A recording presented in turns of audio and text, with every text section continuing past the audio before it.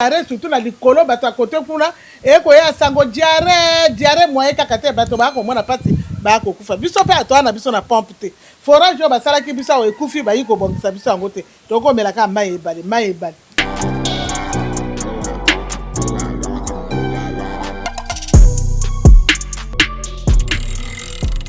Plusieurs villages du district de l'île Mbamou, situés à quelques kilomètres de Brazzaville, la capitale, font face actuellement à une situation sanitaire critique. Des dizaines de cas de diarrhée aiguë et de suspicion de choléra inquiètent les habitants qui n'ont plus accès à l'eau potable depuis des mois. L'île Mbamou compte 24 villages. Ici, nous sommes à Kitenge. C'est le Mbamou centre, le district. Il y a 3 villages qui sont là-bas, du 7 km d'ici. Il y a des cas de décès. Moi, je suis relais communautaire ici à Kitenge. Donc, je peux bien confirmer ce que le ministre de la Santé a dit. Ce qui est à notre disposition, c'est seulement les produits du paludisme. On n'a pas les produits de diarrhée, même diarrhée simple, on n'a pas ces produits-là. Donc, c'est difficile pour traiter ces cas. Parce que cette maladie, quand vous êtes touché, il y a l'hydratation, vous êtes fatigué, et puis dans 2 ou 3 jours, vous pouvez mourir. Donc si nous remarquons, tel qu'ici, au niveau de ce CECI, on a quelques produits pour venir aux autres, pour intervenir aux autres CECI, nous sommes obligés de le faire, mais c'est insuffisant. Privés de fourrage, les habitants puissent désormais leur eau directement dans des marigots ou des puits artisanaux, les exposant ainsi à des maladies hybrides. Fourrage et béba, tomelaka ngo pe soute. Et comme il n'a pas moi, oui ça la raté. Biso awa condition eza likambo ya mai, tala nde mai eza. Mai ya salite. Bana ba ko melaka mai oyo e ala biso mikolo. Donc o melaka ngo atoko salaka diarrhée. Diarrhée qui se zate. Qui se ate? Toko mesaka bana ba matiti amboka. Bon matiti amboka la mwana moki a kosala nini? Mai so de sili na nzoto makile sili na nzoto. Awa oseku pe zate ba kisi awa na l'hôpital ba tia biso qui se ate. Donc toko luka mokonza mboka asunga biso la bala mikia boye na biso mikolo pe ba diarrhée ya lia. Mais forage na biso e baby. Biso to aki na forage to ko mela mai ya forage e baby. Bon okotinda bidon na Brazzaville ba ko tinda boye. Bidon 250. O bidon bungani la yo ko landa moteur pour la ko dwa mai na o bidon ba yibi na libongo. Il faut ça nini, il faut to kalsuka mai ebale. O mel sabana e ala bana ba bebo ba botami sika mai ebale. Biso likama ya makasi mai. Biso mai ya fourrage mai ko bimal suté. Donc il faut ba bon conception mai mettre comment mais kaka libongo vraiment tu comprends pas pour normal mai wana. Biso makasa likamba mai. Maintenant nini kuzo senga la l'état. Ako bon conception fourrage pour na mai. Ati na biso plus na bakisi avant que malade ngo yaka. Mai ebale. Tozalaki na forage ekufa. Tokoma komelaka mai ebale. Tokoma komelaka mai ebale. Yango ane komi kosala biso mabungu pasi net na alia oboli bungu pe zo sala nga pasi. Kambo ya diarrhée biso awa même ngamo ko pe diarrhée ko sala nga na bambayo na boyi mai yango na komi ko mela sal. Parce que na moni ti diarrhée surtout na likolo bato à côté kuna eko ya sango diarrhée moyen kaka te bato ba ko mona pasi ba ko kufa. Biso pe ato na biso na pompe te. Forage yo basala ki biso o ekufi ba yiko bongisa biso yango te. Toko melaka mai ebale. Le quoi la bateau va comme la diarrhée, on a un bongo, au sommet moi cristal non, au comi comme. Mais du moins diarrhée comme ça la bateau rage awa.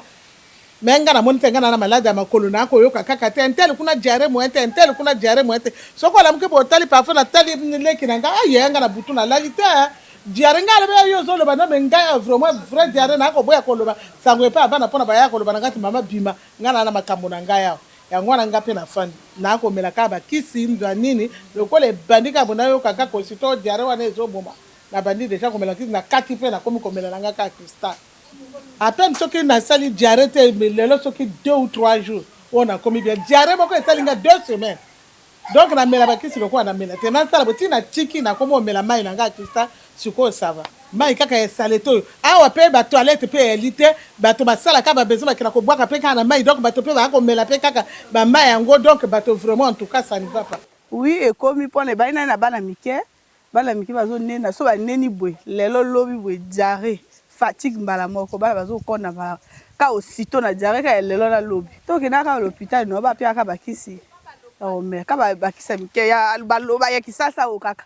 Dans le centre de santé du village, sous-équipé, le personnel soignant débordé tente de faire face à cette situation comme il le peut.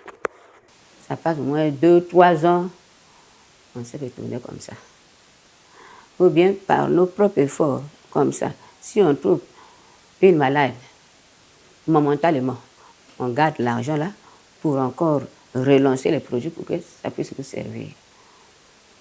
Donc de temps en temps, toute île, c'est presque ça. Ce que nous ignorons, c'est ça.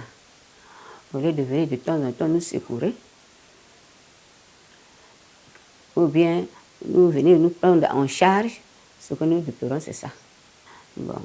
Il y a aussi d'autres comportements que nous ignorons. Les gens de Île Mbamou ne veulent pas fréquenter l'hôpital. Ils veulent seulement venir à l'hôpital pour leur soigner gratuitement.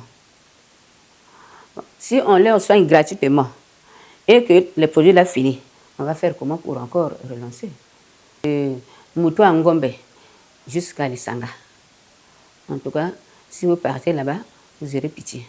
Mais ici à Kitenge, on n'a pas vraiment les équipements pour gérer ces cas-là. Il n'y a pas de médicaments, il n'y a pas des choses pour la protection, on n'a rien. On fait que l'État puisse nous envoyer les produits pour gérer cette épidémie et les équipements pour se protéger. Par exemple, nous ici à Kitenge, le fourrage là ne fonctionne pas. Il y a une panne là-bas, ça fait déjà, je ne sais pas si au moins 4 mois, bien 5 mois, hein, l'eau ne coule pas, l'eau ne coule plus, donc il faut boire seulement l'eau du fleuve. Selon les habitants, la réparation du forage coûterait moins de 100 000 francs. Une somme modeste, mais qui pourrait sauver des vies et prévenir une catastrophe sanitaire. L'État faut y bon ça y a aider biso. Aya ko aider biso to ana maya bien te ba ya ba sala biso moi maya bien pour na to mela. Ba bon ça forage na biso. Face à l'urgence, les populations lancent un appel pressant au gouvernement, notamment au ministère de la Santé, pour une intervention immédiate. Awa, diarrhée yala wa, to éviter. Donc ceux qui peuvent choléra to éviter, mais diarrhée yali, bato bazo bela, bazo kufa. Yango to singaki na mokonzi na biso ministre ya la santé, na ba konzi msusu yo bazana mboko yo, bayaka basunga biso parce que maladie yala wa toujours bela makasi na mai to apena problème ya mai abaya kosunga biso to sanga l'État aider biso aya ka biso batinda ta bato baya pesa biso bakisa avant et comme la ba mikolo to bando kunda bibembe basunga ka biso batinda biso bato bien o ba ko aider biso batinda biso bakisi pour que to boy to perdre bana biso to bota ba ata to bota wana condition bien tembe basunga ka biso to basunga biso bana biso to pour perdre bana biso te pas ba dire bon so quoi prudent te peu rapide au ko perdre mwana Pour l'État a ko bongisa biso mboka a ko tia biso ba forage pour na to mela mai so ka tia biso ba forage te ba malade zo ute pa ne pa to mela ka ngone balé awa. À l'île Mbamou, l'eau source de vie est devenue aujourd'hui une menace mortelle.